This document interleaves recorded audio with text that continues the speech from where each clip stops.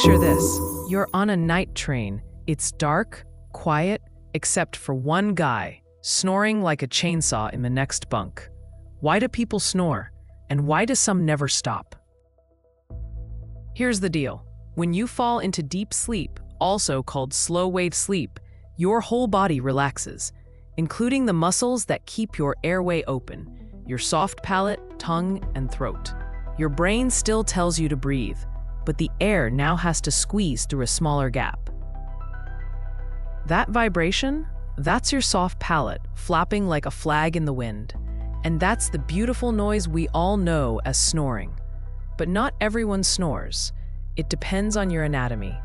If you have a deviated septum or enlarged tonsils, you're more likely to. So are people who carry extra weight, not because of a dad bod, but because fat tissue can actually press on the airways. And of course, age. The older you get, the weaker your throat muscles become, which means more vibration, more noise. Sleeping on your back doesn't help either. Gravity pulls everything down, and that tightens the airflow even more. Now, snoring itself isn't dangerous, but when it turns into sleep apnea, where your breathing actually stops for a few seconds, that's a real problem.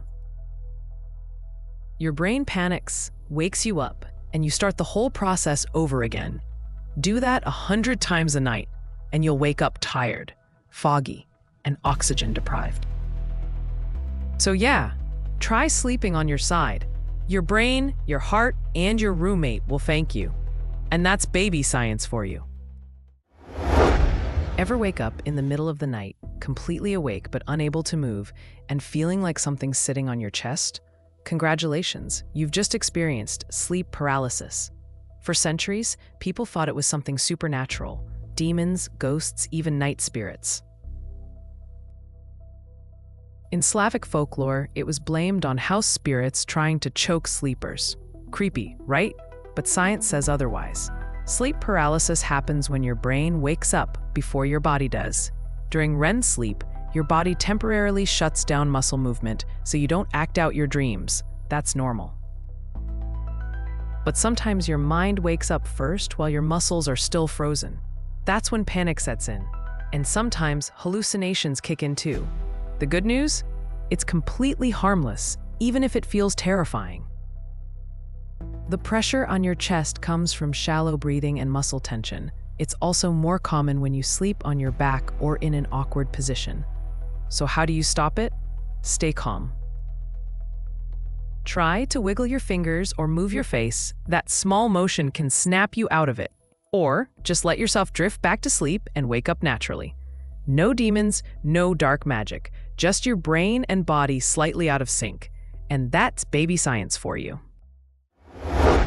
You can watch Hachiko without shedding a tear, but try chopping an onion, and suddenly you're breaking down like it's the saddest movie ever. Why do even the toughest, most cold-blooded guys tear up over a simple vegetable? An American chemist named Eric Bloch once asked the same thing. He studied what happens when a knife cuts through an onion, and he discovered a tiny villain hiding inside, a chemical compound called the lacrimatory factor. From the Latin word lacrima, meaning tear. Here's what's going on. When you slice an onion, you destroy its cells. That releases enzymes that react and create the lacrimatory factor, a volatile gas that floats straight up into your eyes. When it meets the moisture in your tear film, it forms a tiny amount of sulfuric acid. Yup, real acid. That burning sensation isn't emotion, it's chemistry. So how do you stop it? Bloch discovered that when onions are cold, their chemical reactions slow down, which means the gas becomes much weaker. So if you toss your onion into the freezer for 10 minutes before cutting, you'll cry way less. Another trick, wet your knife with water. The gas reacts with that first, instead of your eyes. And in case you're wondering, yes, Japanese scientists actually bred a special onion that doesn't make you cry at all. It still has the vitamins, essential oils, and antibacterial properties, just without the tears. It's not widely sold yet, but hey, the future looks tear-free.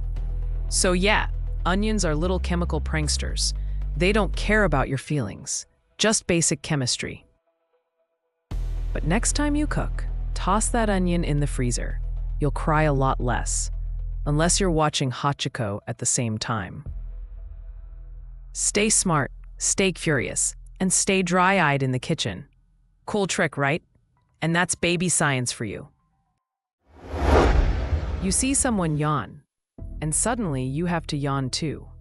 Why is yawning so contagious? When you yawn, you take in a deep breath of air that cools your brain and gives your body a quick oxygen boost. That's why it usually happens when you're tired, bored, or overheated. But here's the weird part. Yawning spreads like a virus. One person starts and the whole room follows. Scientists think it's all about empathy and mirror neurons, brain cells that make us subconsciously mimic others. In one study, people with autism, who often struggle to read emotional cues, didn't catch yawns from others, even though they yawned naturally on their own. So when we yawn after seeing someone else do it, it's actually a sign of emotional connection. It's like our brains saying, "Hey, I feel you." So next time you start a yawning chain reaction in class or at work, remember, that's empathy in action, and that's baby science for you.